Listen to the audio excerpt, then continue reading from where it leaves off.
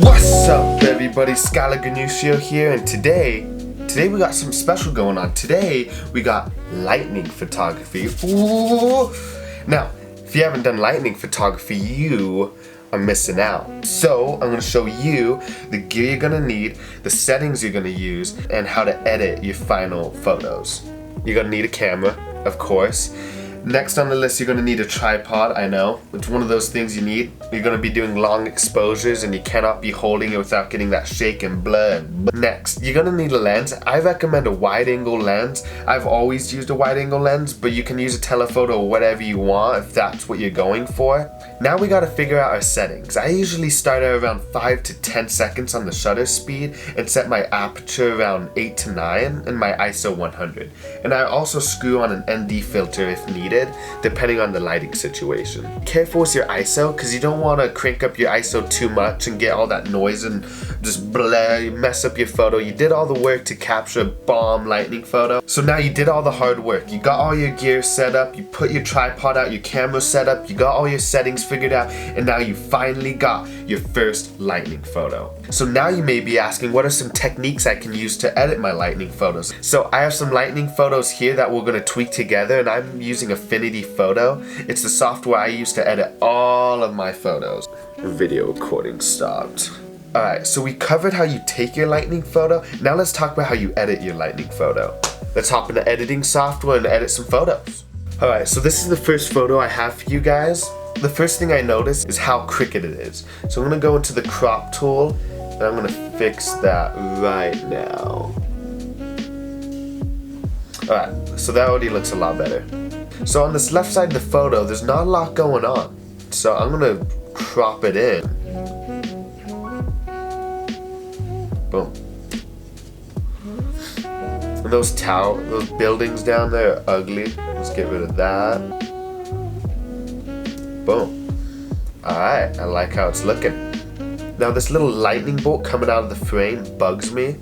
So I'm going to get the heel brush. And I'm going to go in and I'm going to get rid of this little guy.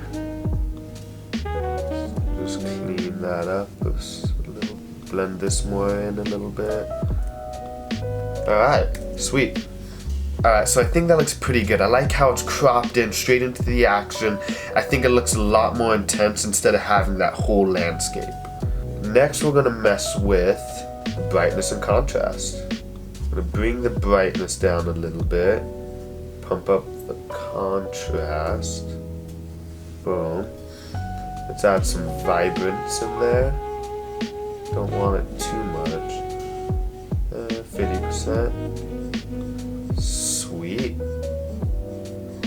Maybe we're gonna crop it in just a little more. Boop. Sweet. And there we have it. So a lot of the time with my lightning photos, I end up cropping them in quite a bit to get really tight into that shot. But with this next photo, I'm going to show you a different technique I've used to capture the whole scene you're looking at. Alright, so we're going to go to File, New Focus Merge, Add, and then we're going to select those images, Open, and Add. Now this is going to take some time. So to get this photo, I set my camera on a tripod and I set the shutter speed at 10 seconds and I did about 30 photos at different exposures, and I took the 7 best photos and I stacked them on top of each other. And the reason why we're getting these double dots and this freeway over here and the line there is because I did bump the tripod. So the first thing we're going to do here is we're going to crop out all this unnecessary junk, you could say. Then we're going to get the heel brush tool. We're going to zoom in and we're going to get rid of all this stuff going on over here.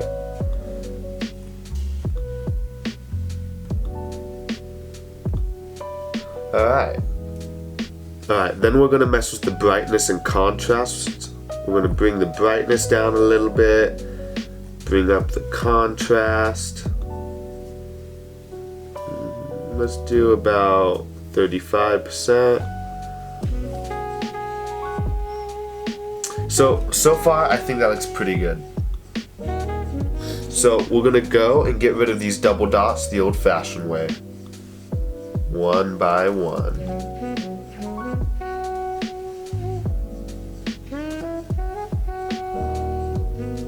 And boom, there you have it, an awesome lightning photo. Now, you can do this with any storm or wherever you're at. Just do long exposures, do multiple, and then stack them. Don't touch your tripod though, like what I did, or you're gonna get that whole double dot ugly mess thing going on.